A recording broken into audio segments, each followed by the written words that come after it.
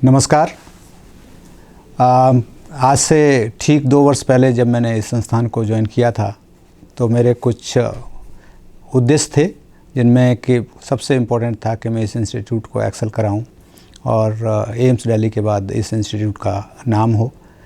दूसरा मेरा ये था कि इसमें सारी सर्विसेज हों, एकेडमिक्स हो, रिसर्च हो और ज़ीरो टॉलरेंस टू करप्शन हो। और ये सब करने में काफ़ी हद तक मैं कामयाब रहा हूँ पिछले 2 सालों में। और ये सब होने के लिए बहुत ज़रूरी था कि ये सब जो भी हासिल हुआ है ये मेरे अकेले की वजह से नहीं हो पाया। और इसमें डेफिनेटली जितने भी मेरे फैकल्टी मेंबर्स हैं, रेजिडेंट डॉक्टर्स हैं, नर्सिंग स्टाफ है, बाकी जितने स्टाफ हैं, एडमिनिस्ट्रेटिव स्टाफ है, मेरा पर्सनल एंड अदर्स जितने भी हैं, फाइनेंस के लोग हैं और बाकी जितने भी आउटसोर्स कर्मचारी लोग हैं, सब लोगों का बहुत साथ रहा है और इसी कारण से हम इस दूरी को तय कर पाए हैं। लेकिन उसमें ये बहुत ज़रूरी मैं बताना चाहूँगा कि इन सब लोगों के साथ जो मेरे साथ काम कर रहे हैं, इसके साथ साथ मध्य प्रदेश के और जितने भी भारत के हमारे पत्रकार बंधु हैं, मीडिया हाउसेज हैं, उनका भी बहुत बड़ा रोल रहा है। जब मैंने ज्वाइन किया था तो एम्स भोपाल की इमेज अच्छी नहीं थी और अक्सर ये कहा गया था कि यहाँ का मीडिया बहुत नेगेटिव है। कहीं तक कुछ लोग अभी भी हैं, वो अलग बात है, वो सब जगह ही होते हैं। लेकिन बाई एंड लार्ज अगर मैं देखूं और तो मैं ये कह सकता हूँ कि यहाँ के मीडिया का, पत्रकार लोगों का बहुत साथ रहा है। और यही कारण है कि काफ़ी अब पॉजिटिव स्टोरीज़ एम्स की विषय में आने लगी हैं, काफ़ी इमेज अच्छी आप लोग प्रोजेक्ट कर रहे हैं। तो मैं मीडिया के जितने भाई बंधु हैं उन लोगों को भी बहुत बहुत धन्यवाद देना चाहूँगा आज के दिन। आज हम ये भी देखेंगे कि जैसा कि मैंने आप लोगों को, पत्रकार लोगों को और आप सब लोगों को, जितने भी लोग थे उन लोगों को फेस टू फेस हम लोगों ने, ये 1 साल जब मेरा पूरा हुआ था तो मैंने आप लोगों को, हम बैठे थे साथ में और आप लोगों से प्रश्न उत्तर और जो हमने अपनी बात कहनी थी वो भी कही थी। इस बार भी मैं चाहता था कि आप लोग आते और 1 कप चाय पर हम लोग आपसे बात करते। लेकिन जैसा कि आप सभी लोग जानते हैं कि इस बार कोविड की वजह से हम face to face press meet नहीं कर सकते आप लोगों से, और इसीलिए मैं आप लोगों को ये धन्यवाद का वीडियो आप लोगों को भेज रहा हूँ। और मुझे उम्मीद है कि आप लोग इसको उचित तरीके से अपने अपने माध्यम से मध्य प्रदेश की जनता तक ले जाएंगे। हमने पिछले 2 साल में बहुत कुछ अचीव किया। जैसा मैंने शुरू में कहा, जो कुछ हम पहले 1 साल में नहीं कर पाए वो हमने दूसरे साल में किया है। जिसमें से सबसे इम्पोर्टेंट मैं कहना चाहूँगा कि हमने कॉलेज ऑफ नर्सिंग, जिसका नाम अब centre for excellence for nursing care हो गया है, वो किया। हमने ट्रॉमा सेंटर एंड इमरजेंसी शुरू किया और वो 24/7 चल रहा है। उसी तरह से जो मध्य प्रदेश की जो जनता की सेवा कर रहा है। और इसके साथ ही साथ हमने इस तरह से एडवांस एंड बेसिक दोनों लाइफ सपोर्ट के, हमने एम्बुलेंस की, बिकॉज आप लोगों से, मीडिया कर्मियों से बहुत ये शिकायत आती थी कि हमारे पास वो नहीं है एम्बुलेंसेस, तो वो हमने लिए। कंस्ट्रक्शन के फंड पे हमने बिल्कुल जितना भी कंप्लीसन था, जो सैंक्शन था हमारा, जितना DPR वर्क जिसको कहते हैं, वो सारा हमारा कंप्लीट हो गया। 135 ब्लॉक थे, सारे के सारे हमने हॉस्पिटल को दे दिए हैं और हैंड ओवर कर दिए हैं। तो वो कंस्ट्रक्शन वर्क कोई भी अभी पेंडिंग DPR का नहीं बचा है। आदरणीय प्रधानमंत्री जी की जो आयुष्मान भारत योजना थी वो हमने त्वरित ही पिछले साल से कार्यरत हैं और हम सब तरह के उसमें मरीजों की देखभाल हो रही है। इसके साथ ही साथ हमने कुछ विशेष सेवाएं यहाँ की जनता के लिए की हैं, जिसमें कि एक ब्लड कंपोनेंट सेपरेशन यूनिट होती है और ब्लड एफेरेसिस फैसिलिटी वो भी हमने शुरू की है। एक बहुत हमारे, बिकॉज रेजिडेंट, जैसे मैंने कहा, बहुत हमारी बैकबोन होते हैं डॉक्टर्स की। एक तो रेजिडेंट डॉक्टर्स की बड़ी डिमांड थी कि उनके लिए एक कैंटीन होनी चाहिए, तो हमने उनके लिए कैंटीन भी एक प्रबंध किया है। हमारे यहाँ बैठने का भी डीन और एसोसिएट डीन, रजिस्ट्रार वगैरह की कोई डीनरी नहीं थी, तो वो हमने शुरू की। फिर हमने पिछले साल अभी पॉइजन इन्फॉर्मेशन सेंटर, बिकॉज वो यहाँ की जनता के लिए वो भी बहुत ज़रूरी है, तो वो भी हमने इस साल शुरू में ही इनॉग्रेट किया, जो हमारे प्रेसिडेंट सर ने यहाँ आकर के इनॉग्रेट किया था। सबसे इम्पोर्टेंट जो मैं कहूँगा कि इस 1 साल का या 2 साल का मेरा अचीवमेंट रहा है, जो वो रहा है सेंटर फॉर ट्रांसलेशनल मेडिसिन, जो कि यूनिक है, केवल एम्स भोपाल में ही हो रहा है और किसी भी संस्था में नहीं है। और इसमें हमने जो ये सेंटर है, इसमें state of the art facilities available होंगी और इसमें इक्विपमेंट जो होंगे, जिसमें हाई टेक इक्विपमेंट होंगे, जिसमें कि होल जीनोम सीक्वेंस जिसकी हम कर लेते हैं वो होंगे, automated nucleic acid extraction machine होगी, फ्लो साइटोमीटर हो गए, एटॉमिक एब्जॉर्प्शन सिस्टम होगा, इन विवो इमेजिंग एनालाइज़र जो होता है वो भी होगा इसमें एनिमल्स का जब भी हम ड्रग देते हैं, वैक्सीन देते हैं, तो उन पर इफ़ेक्ट जो बॉडी में एनिमल्स के ऊपर कहाँ पड़ रहा है, तो हम उसकी इमेज बिना उसको किल किए हुए एनिमल की उसके इन्फेक्शन या वैक्सीन का इफ़ेक्ट देख सकते हैं। तो ये बहुत एक नई चीज़ होगी। इस सेंटर में आप लोगों को जैसे भी कई बार थोड़ा थोड़ा बताया गया है, तो इसमें हम ये भी बता दें, लेकिन आज हमने इसका इनॉग्रेशन कर दिया है, तो आज से फंक्शनल हो गया है।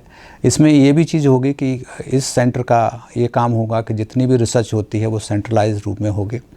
तो हमारे एम्स के अलावा बाहर के लोग भी इसमें आकर के अपनी रिसर्च कर सकते हैं। तो ये एक रेंटल टाइप की सुविधा होगी, जो बाहर के रिसर्चर हैं वो आएँ और एक नॉमिनल सी हम फीस रखेंगे, इक्विपमेंट्स का यूज़ करें। बिकॉज इसमें ये हो जाता है कि हर आदमी, मान लो फ्लो साइटोमीटर किसी पीएचडी या किसी रिसर्चर को ज़िंदगी में एक ही बार करना है, तो उसके लिए 2.5 करोड़ की मशीन उसको क्यों खरीदेगा वो। तो हमारे यहाँ आएँ और थोड़ा सा नॉमिनल से हम पैसा लेंगे। किसी को जीनोम सीक्वेंस करना है, होल जीनोम एक बैक्टीरिया का सीक्वेंस करनी है, तो उसका आपको पूरी 3 करोड़ की फैसिलिटी बनाने की ज़रूरत नहीं। आप हमारे यहाँ आइए और उसकी जो थोड़ी सी नॉमिनल फ़ीस लेकर के और आप उसमें होल जीनोम सीक्वेंस कर सकते हैं, फ्लो साइटोमीटर या कोई ड्रग ट्रायल एनिमल में जैसे मैंने कहा वो करना है वो कर सकते हैं। इसके साथ ही साथ ये ट्रांसलेशन मेडिसिन ये भी काम करेगा। हम लोग देखेंगे कि इसमें आर्टिफिशियल इंटेलिजेंस के थ्रू किस तरह से जो रोबोटिक्स या जो डिवाइस डेवलपमेंट हो सकता है वो करें। एक हम और भी सोच रहे हैं कि अंडर ट्रांसलेशन मेडिसिन सेंटर होगा, इसमें हम इंटरनेशनल वैक्सीन सेंटर भी खोलने की कोशिश कर रहे हैं, क्योंकि जैसा कि आप लोग सभी देख रहे होंगे कि आज की डेट में न दवाई है न कोई वैक्सीन है कोरोना की। तो ये आई थिंक ऐप टाइम था, हमने तो पहले से ही सोचा था, बट अभी हम सब लोग इस चीज़ की ज़रूरत महसूस कर रहे हैं और हम इसमें ये भी प्रावधान रखेंगे कि यहाँ पर ये सारी सुविधाएं हों। तो हमने आज इसका इनॉग्रेशन कर दिया है। इसमें 7 पोस्ट हमने एडवर्टाइज भी कर दी हैं डेडिकेटेड इस सेंटर के लिए। 7 फैकल्टी पोजीशंस होंगी और वो उस तरह से इसको रन करेंगे।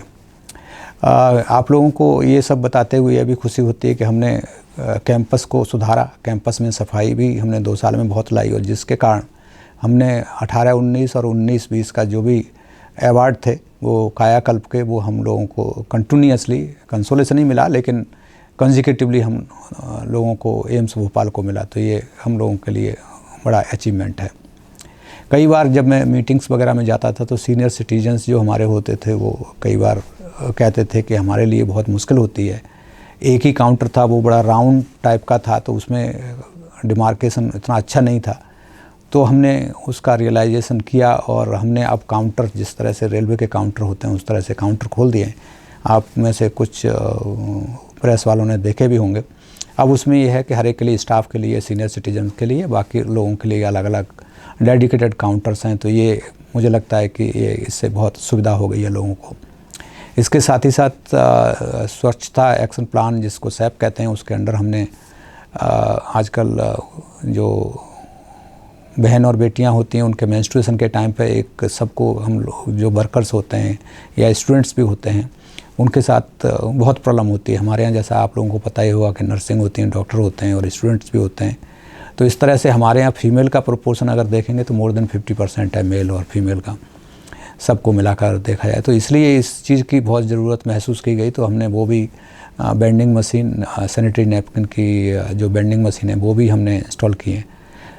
मैं आप लोगों से ये कहना चाहूँगा कि पिछले 1 साल में अगर देखा जाए या 2 साल में, बट पर्टिकुलरली पिछले 1 साल का जो कार्यकाल रहा है उसमें सबसे इम्पोर्टेंट जो हम लोगों का अचीवमेंट रहा है वो रहा है कि state of the art radiotherapy department, cancer care. तो उसमें हमने कैंसर ट्रीटमेंट सेंटर भी खोला है और रेडियोथेरेपी की सारी फैसिलिटी हमने शुरू कर दी है, जैसा कि आप लोगों ने कुछ बीच बीच में कवर भी किया था।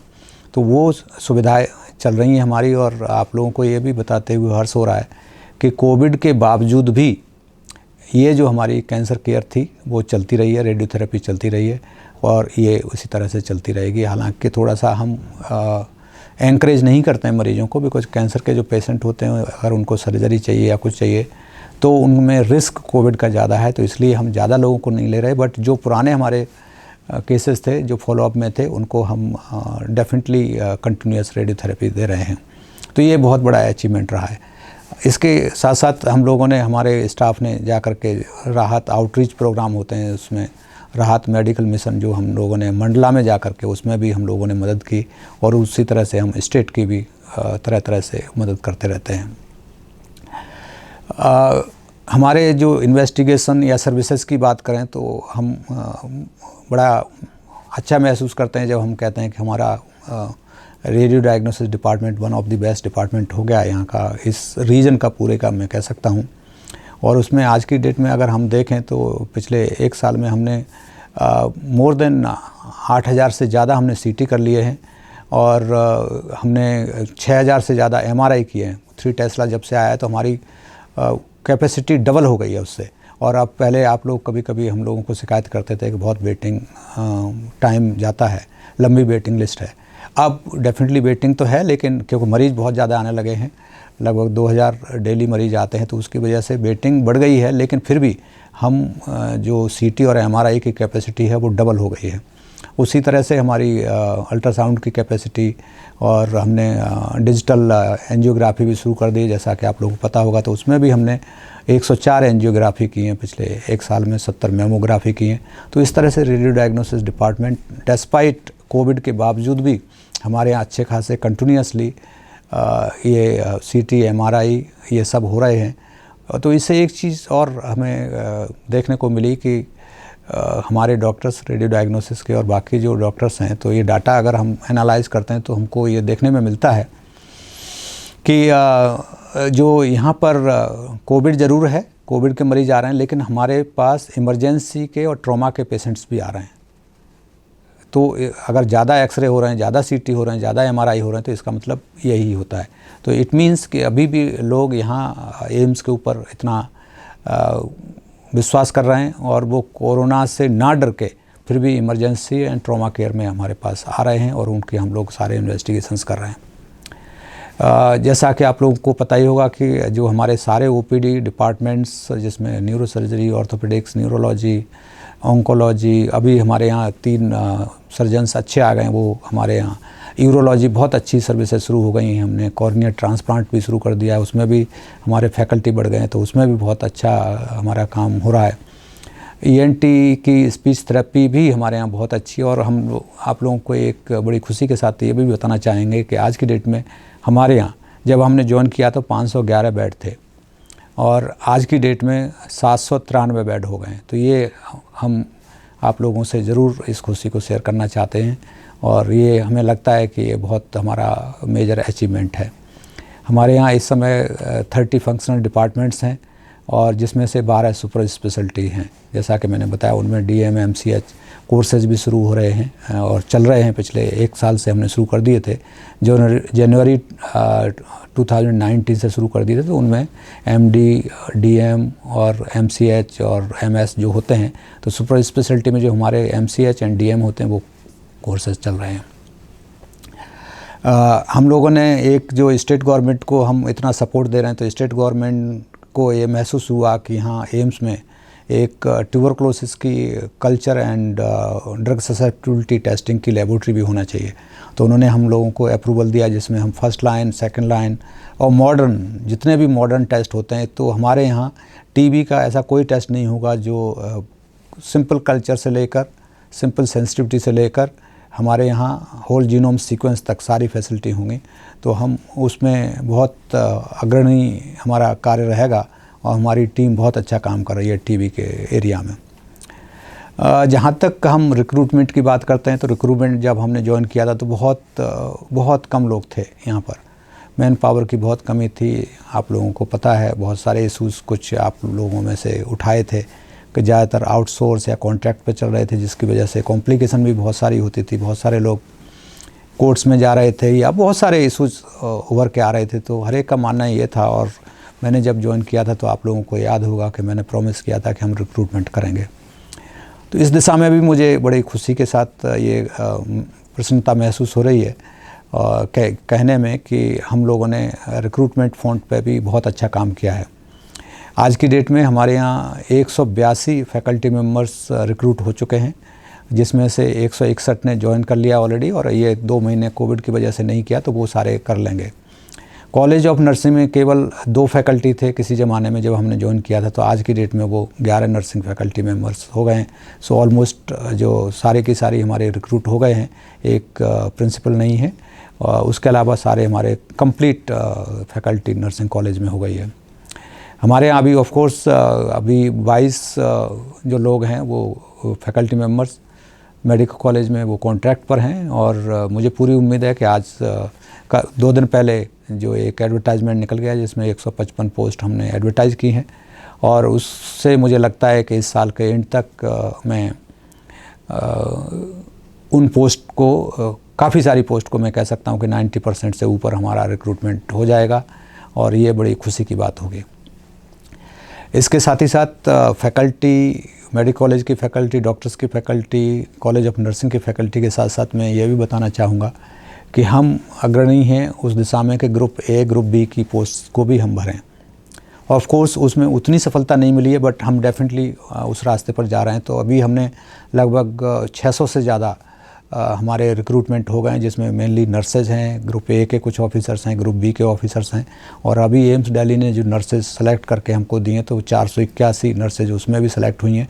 और वो हमें लगता है कि जैसे ही अब लॉकडाउन ख़त्म हो रहा है तो हम लोग जून में और जुलाई तक वो सभी लोग ज्वाइन कर लेंगे। उनकी डेट एक्सटेंशन की सबकी रिक्वेस्ट आ रही थी, तो हम लोग एक्सेप्ट कर रहे थे बिकॉज करना ही था। और अब लेकिन वो ख़त्म हो गया लॉकडाउन फेज़ 1, तो हम उसमें धीरे धीरे सब लोगों को कह रहे हैं कि वो लोग ज्वाइन करें। तो इस तरह से हमारी लगभग 1100-1200 nursing plus other group B post जो रेगुलर एम्प्लॉयज़ हो जाएंगे इस अगले 3-4 महीने में। इसके साथ ही साथ हम लोग एजुकेशन के क्षेत्र में जैसा कि हमने पहले बताया, हमने पहला कन्वोकेशन भी किया। हमारे यहाँ बीएससी नर्सिंग, अब हमने एमएससी नर्सिंग भी शुरू कर दी है इस साल से। हमारे यहाँ एमडी एमएस चल ही रहा है जैसा हमने कहा। उसके साथ साथ डीएम एमसीएच सुपर स्पेशलिटी के जितने कोर्सेज हैं वो शुरू हो रहे हैं और हो गए हैं, कुछ में और शुरू होने वाले हैं, तो वो सारे हो रहे हैं। उसके साथ ही साथ हम नॉलेज नेटवर्क है जो गवर्नमेंट ऑफ इंडिया का, उसमें हम 52 मेडिकल कॉलेज को टीच कराते हैं, तो उनसे भी हम फीडबैक लेते हैं। बिकॉज आजकल पर्टिकुलरली कोरोना के टाइम में टेलीमेडिसिन का बहुत बड़ा स्कोप रहा है, तो इसमें हमारी टीचिंग जो सारी रही गूगल ऐप के थ्रू या NKN के थ्रू जो रही हमारी, तो उसमें हम लोगों के बच्चों को इतना ज़्यादा नुकसान नहीं हुआ जो कि हो सकता था। लेकिन बिकॉज ऑफ ये गवर्नमेंट ऑफ इंडिया का एक नेटवर्क था, उसकी वजह से हम सारे मेडिकल कॉलेज से जुड़े रहे और हम उनको टीच करते रहे। हमारे स्टूडेंट्स भी उसमें फ़ायदा लेते रहे और बाकी लोगों को भी हमने टीच किया। तो इस तरह से बहुत अच्छा हमारा एजुकेशन में हम लोगों को कोई ज़्यादा मेजर कोविड की वजह से डिफ़िकल्टी नहीं हुई। रिसर्च में मैं डेफिनेटली बड़े कॉन्फिडेंस के साथ आप लोगों को बताना चाहूँगा कि एम्स दिल्ली के बाद एम्स भोपाल सबसे ज़्यादा अच्छी रिसर्च कर रही है। और इसमें हमारा ये एविडेंट है इस चीज़ से कि हमने 233 पब्लिकेशन एक साल में जो किए हैं, पिछले जब से मेरे ज्वाइन किया है तब से हमने 233 पब्लिकेशन इंटरनेशनल जर्नल्स में किए हैं, जो सभी जिसको कहते हैं रेप्यूटेड जर्नल्स में किए हैं। तो ये बहुत बड़ी अचीवमेंट है, क्योंकि तब हमारे पास जब से हमने किया है तो अभी 155 फैकल्टी अभी हुए हैं, तो उससे पहले हमारे पास 140 फैकल्टी थे। तो 140 ने अगर 233 पब्लिकेशन 2 साल में कर दिए तो ये बहुत बड़ा एवरेज, बहुत अच्छा है। इसके साथ ही साथ हमारे हम बताना चाहेंगे कि हमारा मेजर फोकस जो रिसर्च में है वो एंटायर हेल्थ है, बट फिर भी हम उसको अगर कैटेगराइज करें तो हम नेचुरली कह सकते हैं कि ट्यूबरकुलोसिस है, कैंसर डायग्नोसिस है, वेरियस इन्फेक्शस डिजीज हैं जो गवर्नमेंट ऑफ इंडिया है, मेडिकल काउंसिल ने भी अभी इस बार एम्फेसाइज़ किया है कि हमारे सारे मेडिकल स्टूडेंट्स जो MBBS में भी इन्फेक्शस डिजीज़ की डायग्नोसिस की, ये जो कोविड से हम लोगों ने बहुत सारे लेसन्स भी लर्न किए, तो उसमें हमारे सारे स्टूडेंट्स MBBS लेवल पे हम सब लोगों को molecular diagnosis, infectious disease diagnosis कैसे हैंडल करना है, कैसे मैनेज करना है, अगर इस तरह की एपिडेमिक्स हो गई तो वो MCI ने भी सिलेबस में डाला है। तो हम लोगों की उस दशा में हम पहले से ही काम कर रहे थे।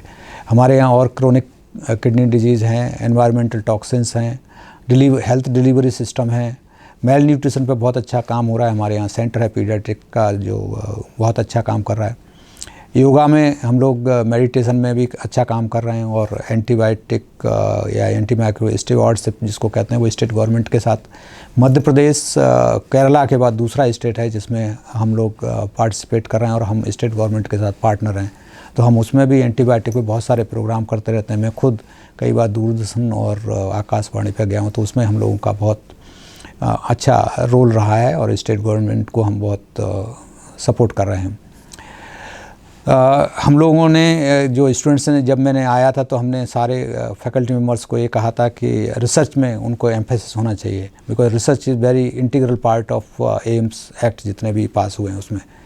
तो हमारा 33% हमारा एफर्ट रिसर्च में रहना चाहिए, 33% एकेडमिक में, और 33% हमारा पेशेंट केयर में।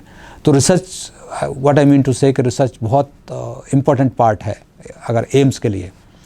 और इसी दशा में हम लोगों ने एंकरेज किया, मैंने एंकरेज किया सारे अपनी फैकल्टी को, और पिछले हम देख सकते हैं कि एक साल में ही 180 प्रपोजल हमारी फैकल्टी ने सबमिट किए टू वेरियस फंडिंग एजेंसीज़, और उसमें से 45 प्रोजेक्ट वो सैंक्शन भी हो गए, जिसकी वर्थ है लगभग 25 करोड़ से ज़्यादा है।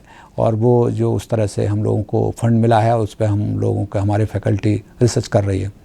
मेजर फंडिंग जितनी भी होती हैं इंडिया की सबसे बड़ी बड़ी फंडिंग एजेंसी, सबसे हमारे यहाँ फंडिंग आ रही है, जिसमें कि ICMR है, DST है, DBT है, बायरैक है, डिपार्टमेंट ऑफ हेल्थ रिसर्च है, यूनिसेफ है, या even government of Madhya Pradesh है, इन सब से आ रहा है।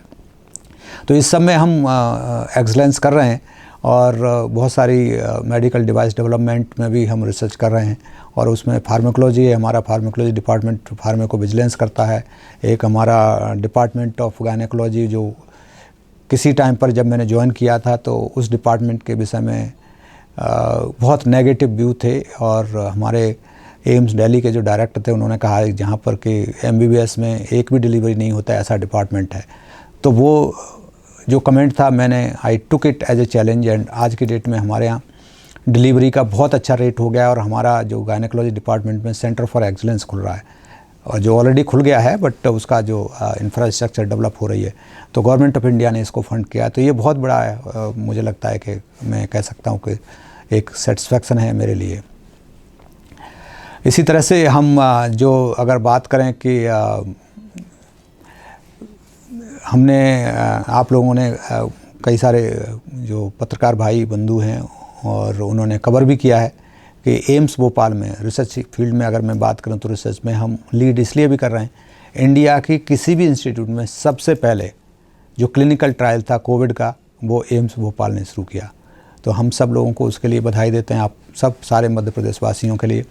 और वो आज भी हमारा बहुत अच्छे ट्रैक पर चल रहा है, और हम उसके साथ ही साथ दूसरे भी क्लिनिकल ट्रायल शुरू कर रहे हैं। तो मध्य प्रदेश में एक हमने शुरुआत कर दी है, और इसके बाद बहुत सारे क्लिनिकल ट्रायल आगे होते रहेंगे, और जिससे आप लोगों को, यहाँ की जनता को बहुत फ़ायदा होगा। नई नई डेवलपमेंट होंगे, नई नई रिसर्च होगी, नई नई मेडिसिन्स या न्यू वैक्सीन्स यहाँ पर एवेल्यूएट होंगी, और उनका अगर वो अप्रूव होंगी या उनके क्लिनिकल ट्रायल होने के बाद आगे वो जा सकेंगे। ऑफ कोर्स जब भी हम क्लिनिकल ट्रायल करते हैं तो उसमें हमें सावधानी की बहुत ज़रूरत होती है, तो हम बहुत सावधानी पूर्वक ही चूज़ करते हैं कि कौन सा क्लिनिकल ट्रायल और कैसे करना है। तो इस बात का हम ध्यान रखते हैं, और हम सब अपने फैकल्टी मेम्बर्स को इस बात के लिए बार बार इंस्ट्रक्शंस भी देते रहते हैं, और उनको हम कॉशन भी करते रहते हैं कि जो भी हैं तो उनकी बहुत सारी ट्रेनिंग हो रही है, और ट्रेनिंग के बाद ही हम लोग क्लिनिकल ट्रायल शुरू कर रहे हैं। और एक चीज़ आप लोगों को पता होगा कि मैंने एक चीज़ और कही थी कि पैसे की, गवर्नमेंट ऑफ इंडिया अनलिमिटेड पैसा नहीं है, और ख़ास तौर से इस समय बहुत पैसे की इकोनॉमिक हालत जैसे हम सभी जानते हैं।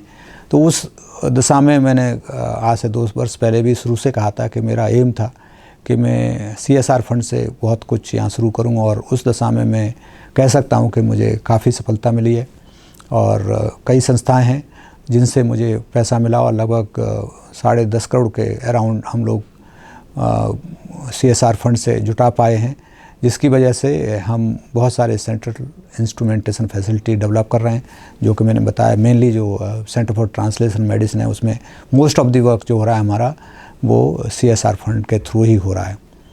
और उसके साथ ही साथ रिसर्च में हम कहेंगे कि हमारे यहाँ एक रीजनल वायरोलॉजी लैब है, वो बहुत अच्छा काम कर रही है।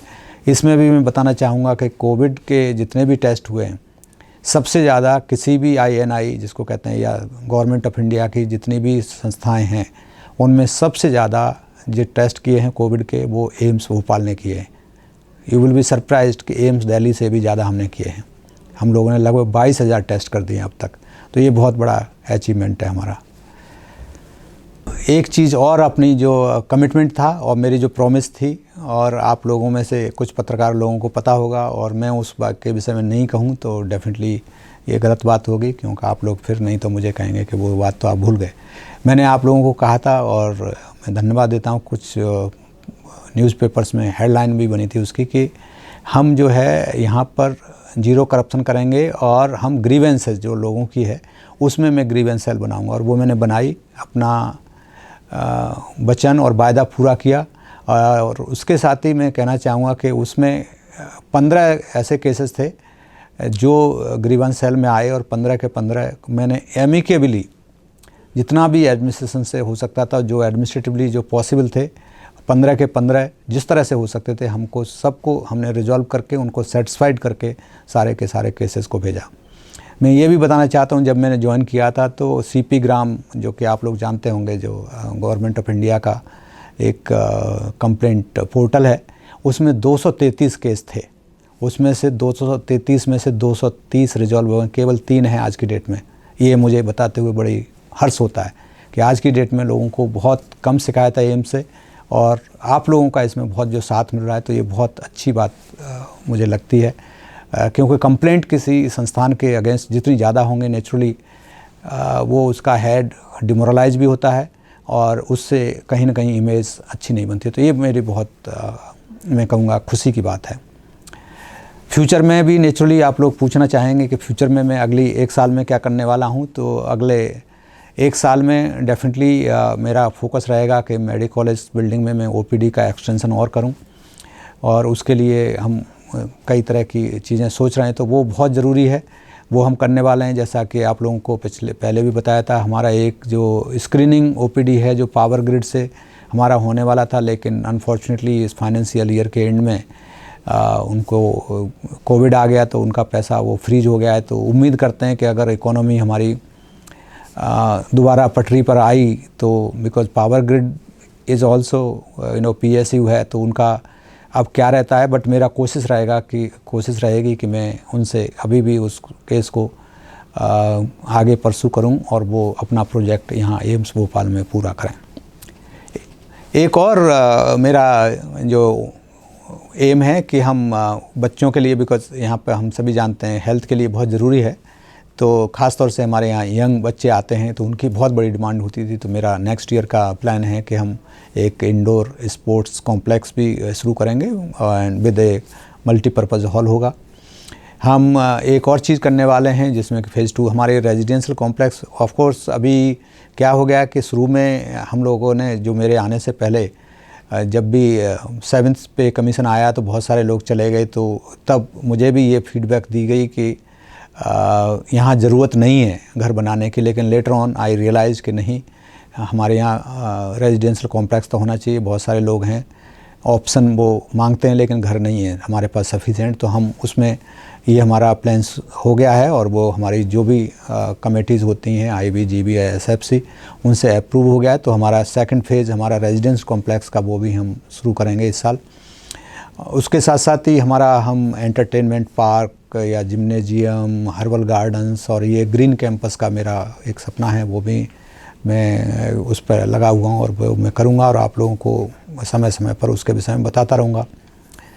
सेल्फ डिपेंडेंसी बहुत ज़रूरी है, उसके लिए ये इम्पोर्टेंट है कि हम किसी न किसी तरीके से, हमारे यहाँ पानी की जो असुविधा रहती है, जैसा कि आप लोग सब जानते होंगे भोपाल पहाड़ी उस पर बसा हुआ है और पानी की हमेशा प्रॉब्लम रहती है। तो हमारे यहाँ एम्स कैंपस में बहुत ज़्यादा, सबसे ज़्यादा प्रॉब्लम है और उसके लिए हम कार्यरत हैं। हमने गवर्नमेंट ऑफ इंडिया के आदरणीय मंत्री जी को भी लिखा, तो वहाँ से भी उनसे भी सपोर्ट मिला है। उन्होंने स्टेट गवर्नमेंट के जो भी डिपार्टमेंट हैं उनको लिखा, और उस दिशा में हम वाटर का अपनी हार्वेस्टिंग और वाटर के रिसोर्सेज को हम टैप करने की कोशिश कर रहे हैं। तो वो मेरा टॉप प्रायोरिटी रहेगी, बिकॉज़ पानी तो जीवन है, बिना पानी के तो काम चलता नहीं। और हम जब भी कभी बार कॉरपोरेशन से मांगते तो कई बार, फॉर्चुनेटली इस बार नहीं हुई, बट पिछले साल हम लोगों को जून में बहुत प्रॉब्लम हुई थी पानी की, हमको पानी नहीं मिल रहा था। तो इस साल तो खैर उन्होंने भी सपोर्ट किया, प्लस पानी की ज़्यादा सुविधा नहीं रही।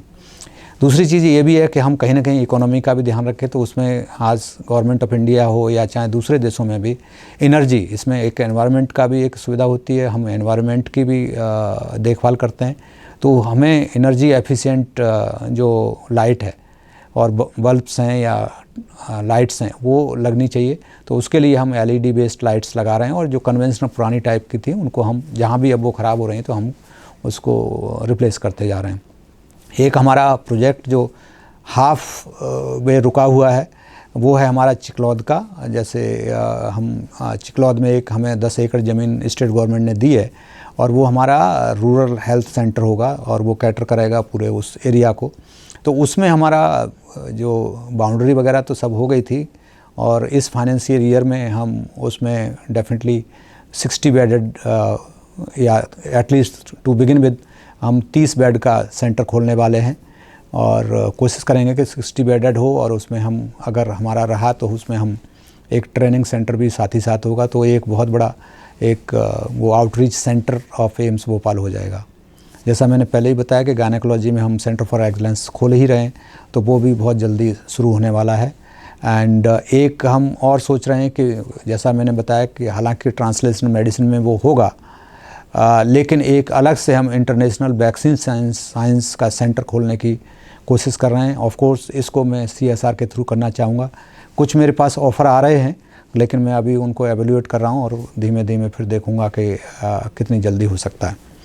एक और मेरा एम है इस साल का ही, जो इस साल में मैं पूरा करना चाहूँगा, मीन्स अपने 3rd ईयर के कार्यकाल में, वो है कि जो हमारे एम्स भोपाल में 960 बेड की कैपेसिटी सैंक्शनड है। मैं चाहूँगा कि 960 से भी हम पार 1000 बेड करना चाहेंगे।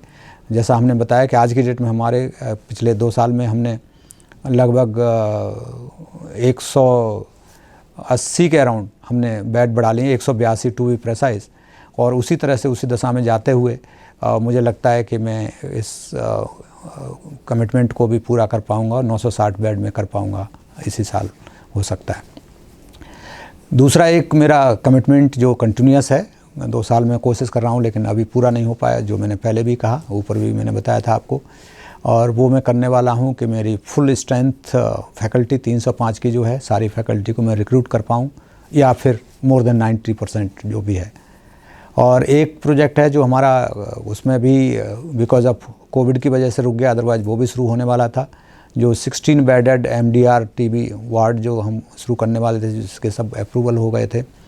हमको पैसा भी कहीं से कमिट हो गया था, लेकिन अनफॉर्चुनेटली अभी इकोनॉमिक बर्डन की वजह से उसमें थोड़ा सा वो आ गया था। लेकिन मैं कोशिश करूँगा किस तरह से उस पैसे को दोबारा से रीअरेंज या दोबारा से किस तरह से उसको लिया जाता है। दूसरा, हम जितनी भी इंफ्रास्ट्रक्चर जो मैंने ऊपर बताई, जिसमें जिम है, रेजिडेंशियल कैंपस है, या जो एंटरटेनमेंट का कुछ स्विमिंग पूल या इस तरह की चीज़ें हैं, वो सब हम करेंगे। End of course security is most important.